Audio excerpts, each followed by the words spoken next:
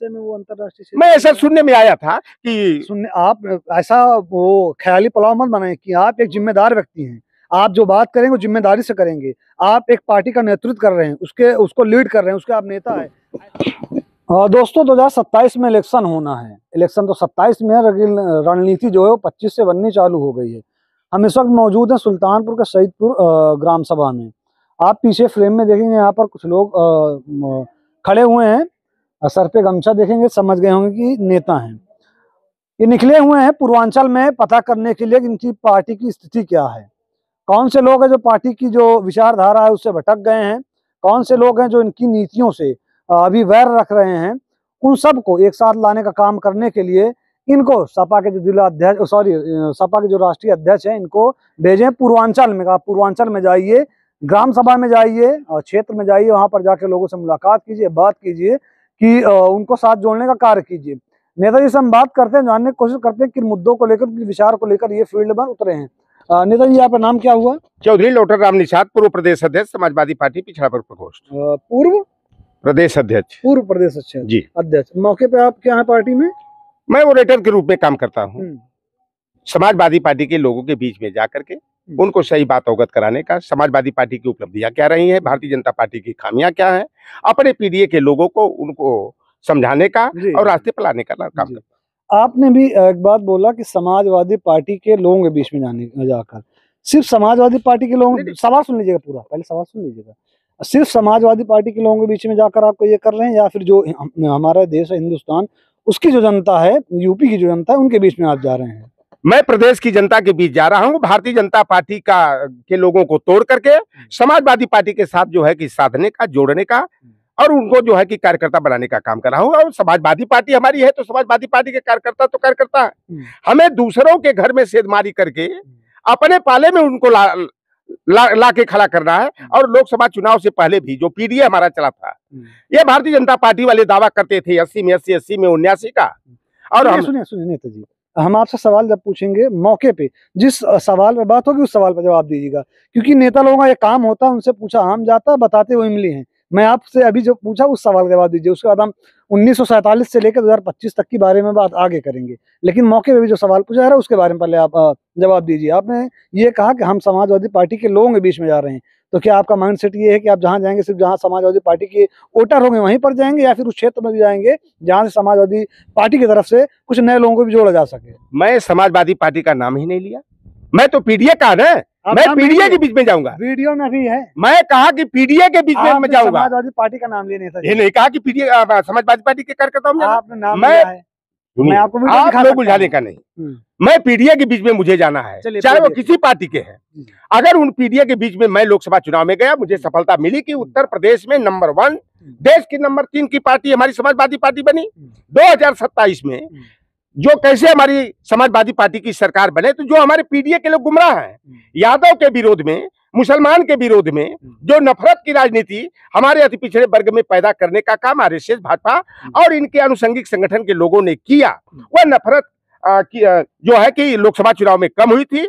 अभी मेरा टारगेट है कि हमारा 36% वोट बैंक अकेले है समाजवादी पार्टी का, उसको हमें 40 तक ले जाना है। और इस उद्देश्य से मैं पीडीए के जो लोग गुमराह हैं उनको जो है कि सहेजने का, सही रास्ता दिखाने का, और भारतीय जनता पार्टी का जो हमारे पीडीए के विरोधी नीतियां हैं उसे अवगत कराने का काम कर रहा है। नेताजी जरा मुझे ये बताइए, पीडीए का फुल फॉर्म क्या है?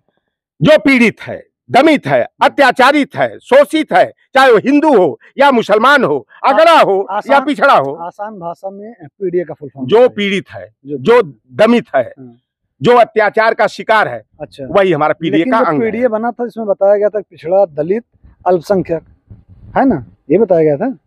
अब अलग अलग अर्थ निकाल लो, आप पिछड़ा दलित नहीं निकाल रहा हूँ, आपके जो राष्ट्रीय अध्यक्ष है उन्होंने बताया था। देखिए हमारा ये तो मूल वोट बैंक है। हमारा जो, आप पिछड़ा की बात करोगे, दलित आदिवासी की बात करोगे, आधी आबादी की बात करोगे, माइनॉरिटी की बात करोगे, तो ये तो मेरा मूलधन है। लेकिन हमें जो भी ब्रजभूषण, नेताजी मेरी बात सुनिए, आप फिर भटक गए। जो ब्राह्मण भी अत्याचार का शिकार, आप फिर भटक गए, भी अत्याचार का भटक गए। मैं कर रहा हूं। मेरा सवाल पहले सुनिए, सवाल का जवाब दीजिए। मैं आपको सुनूंगा, आप 2 घंटे बात करेंगे, मैं 2 घंटे बात करूंगा, लेकिन जो सवाल पूछा जाए उस सवाल का पहले आप जवाब दीजिए। पीडीए का फुल फॉर्म क्या है? मैं शॉर्ट भाषा में मैं कह रहा हूँ कि जो पीड़ित है, दमित है, अत्याचारित है, वह है हमारे पीडीए का अर्थ, और किसी जाति धर्म का हो। और अगर वो भी बात आप कर रहे हो कि पीडीए का मतलब पिछड़ा दलित अल्पसंख्यक है, तो मेरा मूलधन है। समाजवादी पार्टी का उदय ही पिछड़ा दलित अल्पसंख्यक छात्र नौजवान किसान को आधार बना के बना है। तो जो अगले समाज के लोग हैं, अगर आपका पीडीए का फुल फॉर्म ये है, तो जो अगले समाज के लोग हैं वो कहाँ जाएंगे? ऐसा है कि जो ब्रजभूषण तिवारी हो, जलेश्वर मिश्रा हो, रमाशंकर कौशिक हो, मोहन सिंह हो, कपिल देव सिंह की नीतियों को फॉलो कर दे, जो केवल वोट के लिए, सांसद विधायक बनने के लिए हमारी पार्टी में आएगा, ऐसे सवर्णों की मुझे जरूरत नहीं है। जो गरीब की, गुरबा की, पिछड़े की, दलित की, अल्पसंख्यक की, छात्र नौजवान के अधिकार की लड़ाई लड़ेगा, सम्मान की लड़ाई लड़ेगा, वह सवर्ण हमारा है, उनसे हमारा कोई परहेज नहीं है। बहुत बढ़िया बात आपने ये कहा कि जो सवर्ण गरीबों की मदद करेगा, उनके लिए कार्य करेगा, ऐसे जो सवर्ण होंगे उनकी जरूरत है, जो कार्य नहीं करेंगे जरूरत नहीं है ना? जी। ये बताइए, अभी जिस जगह आप खड़े हैं, यहाँ के सांसद जी हैं जिनका नाम है रामभुआल निषाद। जनता की बहुत बड़ी एक समस्या है, वो कहते हैं जब हमें कुछ होता है तो हमारे सांसद जी हमें मिलते नहीं हैं। और ये किसी अगड़े या पिछड़े की बात मैं नहीं कर रहा हूँ, ये मेरे हिसाब से, जहाँ तक मैंने रिसर्च किया है, गाँव जब जाके पता किया, तो चाहे वो आपके समाज के हों, चाहे वो मुस्लिम समाज के हों, चाहे वो ब्राह्मण समाज के हों, किसी भी समाज के हों, क्योंकि अगर वो सांसद बन के आए हैं तो पूरे सुल्तानपुर के सांसद हैं, ऐसा तो नहीं है ना किसी एक बिरादरी या एक के हैं। तो उनका ये बड़ा ही दुखदाई रोना होता है ऐसे लोगों का जो उनके वोटर हैं। जैसे कि अभी एक जगह है, अगर आप गए होंगे, मालापुर करके है, इधर इमिलिया की तरफ, वहां पर आप जाएंगे नेताजी, तो वहां पर अभी भी लोग नदी के पानी से खाना बनाते हैं, नदी के पानी का पीने में प्रयोग करते हैं। एक वो हो गया। दूसरा आपने देखा होगा केनाई आपने देखा है ना? केनाई जब आप पहुंचेंगे टोढ़ी चौराहे पर, वहीं से जब इधर से आप जाएंगे, सुल्तानपुर से आएंगे दाहिनी तरफ, इधर से जाएंगे बाईं तरफ, उस गांव का नाम मेरे दिमाग से जा रहा है, रतनपुर है। आप वहां पर जाएंगे तब बाईं तरफ जब नीचे जाएंगे, वहां पर भी जो अभी जितने भी लोग हैं, जो निषाद समाज के लोग रहते हैं, वो नदी का पानी पीते हैं, उसी से खाना बनाते हैं। चलिए, इससे पहले जैसा कि आप लोग आरोप लगाते हैं कि भाजपा की सरकार ने कुछ नहीं किया, मौके पर तो जो सांसद हैं वो आपके हैं, उन्होंने इलेक्शन को इतना टाइम हो गया, रिजल्ट आ गया, उन्होंने क्या किया उनके लिए? देखिए, पहली बात होती है जब सरकार रहती है, जिसकी जो निधि आती है इस समय लिमिटेड होती है। 5 करोड़ की निधि होगी 1 साल की। 5 करोड़ में कितना काम कर पाएंगे, कौन कौन सी योजनाओं को धरातल पर उतार पाएंगे, यह एक समस्या है। लेकिन फिर भी जो आपने कहा कि जनता के बीच में सांसद नहीं जाते हैं, और हमें सुनने में आया, हमें तो नहीं मालूम था कि हमारे जो यहाँ के सांसद महोदय हैं वह इस संसदीय क्षेत्र के ही नेता नहीं है, उत्तर प्रदेश के ही नेता, देश के ही नेता नहीं है, अंतर्राष्ट्रीय स्तर के नेता है। तो अंतर्राष्ट्रीय स्तर के नेता की जिम्मेदारियां ज्यादा रहती है, उनका कार्य क्षेत्र लंबा रहता है। मैं ऐसा सुनने में आया था कि आप ऐसा वो ख्याली पुलाव मत बनाएं कि आप एक जिम्मेदार व्यक्ति हैं, आप जो बात करेंगे वो जिम्मेदारी से करेंगे, आप एक पार्टी का नेतृत्व कर रहे हैं, उसको लीड कर रहे हैं, उसके आप नेता है। ऐसे आप हवाई फायर नहीं करेंगे, वो इंटरनेशनल नेता है। आप अगर बात करेंगे ना, क्योंकि अगर मैंने आपको चुना, अगर गांव के लोग प्रधान को चुनते हैं तो उनसे ये अपेक्षा रहती है कि प्रधान मेरा विरोधी होगा या मेरा पक्ष का होगा, ये मेरे लिए काम करके देगा।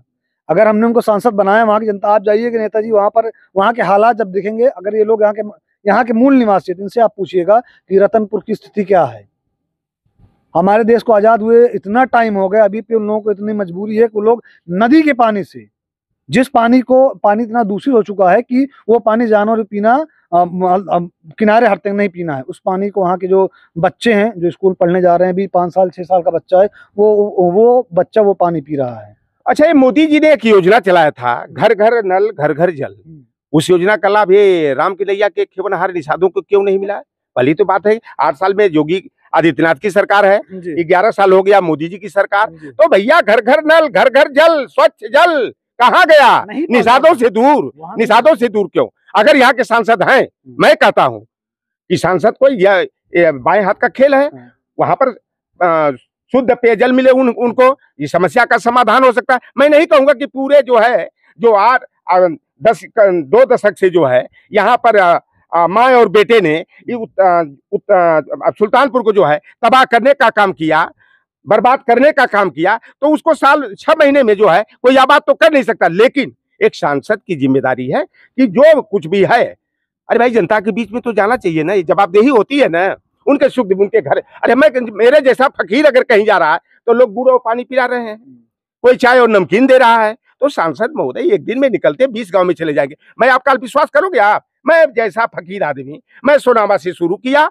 मैं छतौना कला, छतौना कुर्द, शिवपुर, सफीपुर, अधियारी, फिर साड़ापुर, देवहारी, मैं दर्जनों गांव में घूम आया, लोगों से जनसंपर्क किया। तो भैया सांसद को तो बड़ी स्पेशल व्यवस्था होती है ना। तो क्या हम लोग इस पे विश्वास करें कि जब आप यहाँ से जाएंगे, जब आप जो आपके राष्ट्रीय अध्यक्ष हैं अखिलेश जी, उनके पास जब रिपोर्ट आप सबमिट करेंगे, या फिर अगर आपकी मुलाकात होती है जो यहाँ के सांसद हैं उनसे, इस जो बात यहाँ पे हो रही है, जो गांव वाले बता रहे हैं, इस विषय में चर्चा होगी उनसे? मैं अपने राष्ट्रीय अध्यक्ष जी के सामने सारा जो है खाका तैयार करके प्रस्तुत करने का काम करूंगा, और जिम्मेदारी बनती है राष्ट्रीय अध्यक्ष की, हमारे उत्तर प्रदेश इकाई के प्रदेश अध्यक्ष जी की, कि कौन सा सांसद जनता की भावनाओं का अनादर कर रहा है, जनता की अपेक्षाओं पर खरा नहीं उतर रहा है। तो ये तो 2027 में हमारे लिए घातक होंगे ना। तो हमें नट बोल्ट कैसे कसना है, हमारे राष्ट्रीय अध्यक्ष जी उस पर काम करेंगे। और निश्चित रूप से जो शिकायत है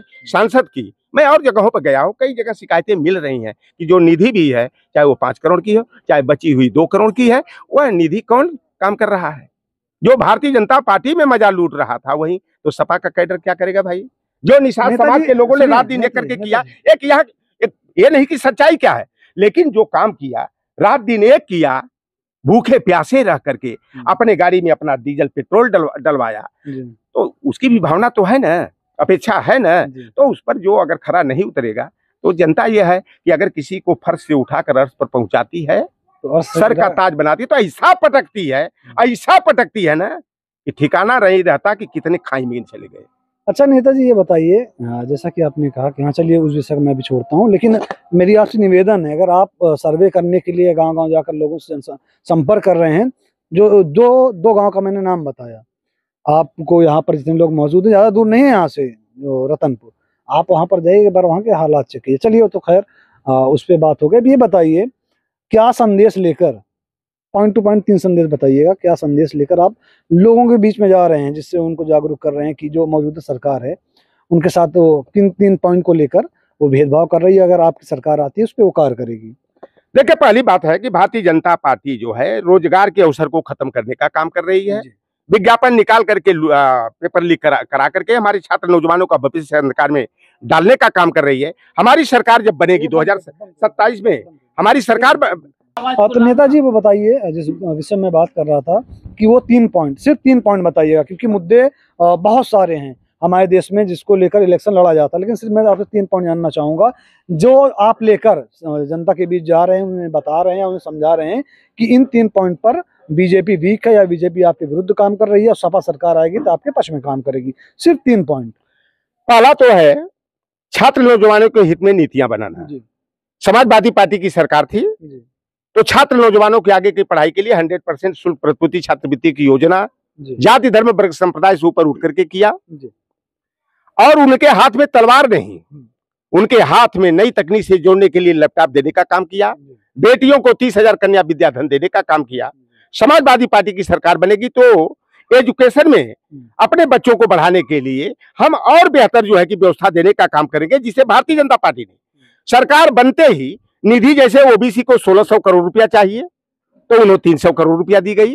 शिक्षा के क्षेत्र में छात्र शुल्क प्रतिपूर्ति छात्रवृत्ति के लिए जिन सवर्णों को 400 करोड़ रुपया की जरूरत थी तो उन्हें 2200 करोड़ रुपया दिया गया। तो ये हमारे ओबीसी एससी माइनॉरिटी के जो शिक्षा का जो बजट होता है उसको जो कम करने का काम किया है। तो हम लोग जो है जनसंख्या के अनुपात में जो है शिक्षा के क्षेत्र में जो है कि बजट पास करने और धरातल पर उतारने का काम करेंगे। दूसरा, ये भारतीय जनता पार्टी जो रोजगार और नौकरी के अवसर खत्म करने के लिए आउटसोर्सिंग, ठेका पद्धति, संविदा की व्यवस्था किया है, इस व्यवस्था को खत्म करके हम लोग स्थायी नौकरी देने का काम करेंगे। और भारतीय जनता पार्टी ने तो आप देखिए 8 वर्ष में जो है हमारी एक पीढ़ी को बर्बाद करने का काम किया है।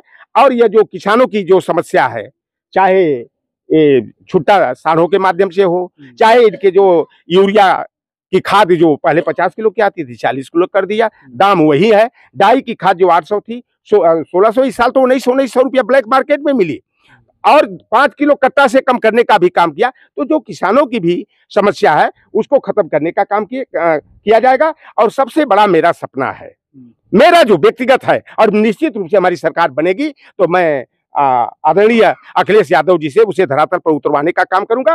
ये भाजपा जो वन नेशन वन इलेक्शन की बात करती है, मेरा रहेगा one nation one education one syllabus, चाहे परिषदीय विद्यालय हो, चाहे बेसिक प्राइमरी का विद्यालय हो, चाहे कॉन्वेंट स्कूल हो, चाहे मिशनरी का स्कूल हो, चाहे मदरसा हो, सबका सिलेबस एक होना चाहिए। जब शिक्षा में समानता रहेगी तो निश्चित रूप से हमारे बच्चों की तरक्की होगी, हमारे देश समाज की तरक्की होगी, हमारे देश की तरक्की होगी। पता लगा प्राइमरी स्कूल में खिचड़ी, मिड डे मील पर बच्चा जो है उधर ध्यान लगा, शिक्षा बर्बाद है, कमर टूट रही है। तो ये सरकार जो है ना, पिछड़ों, दलितों और माइनॉरिटी के बच्चों का भविष्य अंधकार में डालने का और मूर्ख बनाने का काम करे। 5 किलो राशन नहीं, मुझे फ्री एजुकेशन की जरूरत है। नेताजी ने बहुत अच्छी बात की, क्योंकि दोस्तों इस समय जो मुझे क्या, मेरे हिसाब से सबको लगता होगा कि जो दो चीजें, अगर कोई मुझसे पूछे कि आपको 2 चीजें क्या चाहिए इस समाज के लिए, इस देश के लिए, तो मेरा विचार है, और मेरे ख्याल से मेरे साथ साथ बहुत सारे ऐसे लोग जिनका विचार होगा कि उनको फ्री एजुकेशन और फ्री मेडिकल, वो 2 चीज चाहिए। अगर वो 2 चीज दे दी जाए तो वो हर जंग जीत सकते हैं, मतलब वो कुछ भी कर सकते हैं। नेताजी, अब आपने जिक्र किया वन नेशन वन इलेक्शन, मैं आपसे जानना चाहूंगा कि वन नेशन वन इलेक्शन को आप किस तरह देखते हैं? ये क्या सही है या फिर हमारे देश के लिए सही नहीं है? देखिए, पहले तो ये भारतीय जनता पार्टी ने ये असल जो मुद्दे देश के हैं इससे ध्यान हटाने के लिए, जनता को गुमराह करने के लिए नए नए फंडा अपनाने का काम करती है। यह हमारे देश में विश्व का सबसे अनोखा लोकतंत्र है और जो लोकतांत्रिक व्यवस्था हमारे यहाँ, यह संभव ही नहीं है कि वन नेशन और वन इलेक्शन हो जाए। संभव नहीं है। आप ये बताओ ना, पहले उत्तर प्रदेश की सरकार, अच्छा, एक मिनट, पहले उत्तर प्रदेश की सरकार बर्खास्त करे, महाराष्ट्र की सरकार बर्खास्त करे, हरियाणा की करे ना। हाँ, संभव नहीं है, आप कह रहे हैं। इससे पहले कभी हिंदुस्तान में वन नेशन वन इलेक्शन नहीं हुआ? जब वो व्यवस्था थी, 2 दलीय व्यवस्था थी, तो क्या करेंगे? ये क्षेत्रीय दलों को खत्म कर दोगे, लोकतंत्र की हत्या करोगे। उसमें कौन सा इलेक्शन होना है वन नेशन वन इलेक्शन? देखिए, उस समय जनता जागरूक नहीं। वन नेशन वन इलेक्शन में कौन सा इलेक्शन होना है? वन नेशन, अगर लोकसभा विधानसभा का इनको करना, अरे भाई तब भी तो होगा ना। आप बताओ कि उत्तर प्रदेश का चुनाव, सुनो मेरे भैया, उत्तर प्रदेश का लोकसभा चुनाव, विधानसभा चुनाव एक चरण में कराने की तुम्हारी औकात नहीं है, और वन नेशन वन इलेक्शन की बात कर रहे हो, एक साथ पूरे देश में चुनाव की बात कर रहे हो। सरकार उसकी व्यवस्था कहां से करें? अरे क्यों नहीं की? अरे पहले एक प्रदेश में लागू करके दिखा देती ना। सरकार उसकी व्यवस्था की होगी तभी तो बोल रही है। नहीं, मैं कह दिया ना, ये जनता का ध्यान भटकाने के लिए नए नए एजेंडे इजाद करने का काम करते हैं। ये होगा नहीं, ये करेगी कहाँ? ये जो कहते हैं वो करते नहीं, जो करते हैं वो कहते नहीं। तो आप, एक मूवी आई थी वो अक्षय कुमार की, वो कुछ राठौड़ करके थी, मैं जो बोलता हूँ वो करता हूँ, जो मैं नहीं बोलता वो मैं डेफिनेटली करता हूँ। ये भारतीय जनता पार्टी का यही है।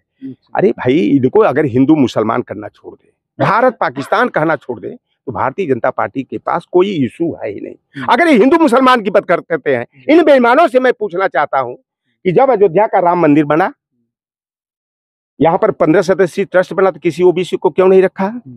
हिंदू हृदय सम्राट कल्याण सिंह को शिलान्यास के कार्यक्रम में क्यों नहीं बुलाया? रामनाथ कोविंद देश के प्रथम नागरिक राष्ट्रपति को दलित होने के नाते ही मना की, नहीं रोक दिया, क्यों नहीं बुलाया? तो आपका वो चंदा के लिए हम हिंदू हैं, वोट के लिए हम हिंदू हैं, और जब अधिकार और की बात करें, संवैधानिक मूल्यों की रक्षा की बात करें, न्याय की गुहार लगाएं, तो हमें हिंदू मुसलमान कहा जाएगा? लोहार पारसुनार तिली तमोली बड़ी बारी अहिर कुर्मी काची जाट गुचर चमार पासी दरकार का के दरकिनार कर दिया जाएगा, यह हिंदुत्व है? तो ये देखो भैया, गोदी मीडिया को ना ये सारे लोग जान गए। अभी चल रहा है पहलगांव वाले का रिएक्शन। नेताजी, आपके अंदर एक बहुत ही बाकमाल खूबी है, जिसको मैंने भी 10 मिनट से कम समय मुझे समझ में आया है। आप एक मुद्दे पे बात करते हैं, 1 मिनट इस मुद्दे पे बोलते हैं, तुरंत स्विच करके दूसरे मुद्दे पहुंचते हैं। आप वन नेशन वन इलेक्शन से स्टार्ट हुए, राम मंदिर पहुंचे, राम मंदिर से दूसरी जगह पहुंचे, वहां से आप पहुंच गए पहलगांव पर, है हमारे सांप्रदायिक सौहार्द को कम करने के लिए। और ये जो भारतीय जनता पार्टी का असली चरित्र है, आप नहीं जानोगे, बाबा साहेब भीमराव अंबेडकर के संविधान में इनका विश्वास नहीं है। अगर ये संविधान को नमन करते हैं तो संविधान का मजाक उड़ाते हैं। अगर ये संसद भवन को पर शीश नवाते हैं तो संसद भवन को बर्बाद करने का काम करते हैं। और जहां संविधान की ये बात करते हैं तो हमारा राष्ट्रीय प्रतीक अशोक स्तंभ है, उसको विस्थापित करके वहां राजदंड का प्रतीक वहां सिंगोल लगाने का काम करते। तो ये भाजपा जो है ना, ये बाबा साहब भीमराव अम्बेडकर के संविधान के आधार पर नहीं, गुरु गोलवलकर की 2 किताबें पढ़ लेना, अगर ना हो तो हमसे मंगा लेना, वंच ऑफ थॉट्स और we are our nation who define, दूध का दूध पानी का पानी हो जाएगा। और भारतीय जनता पार्टी का जो असली चरित्र है ना, जो चेहरा है, हाथी के दांत दिखाने के कुछ और खाने के कुछ और है, यह भारतीय जनता पार्टी का असली चरित्र। नहीं, लेकिन नेताजी बहुत अच्छा आप बोल रहे हैं।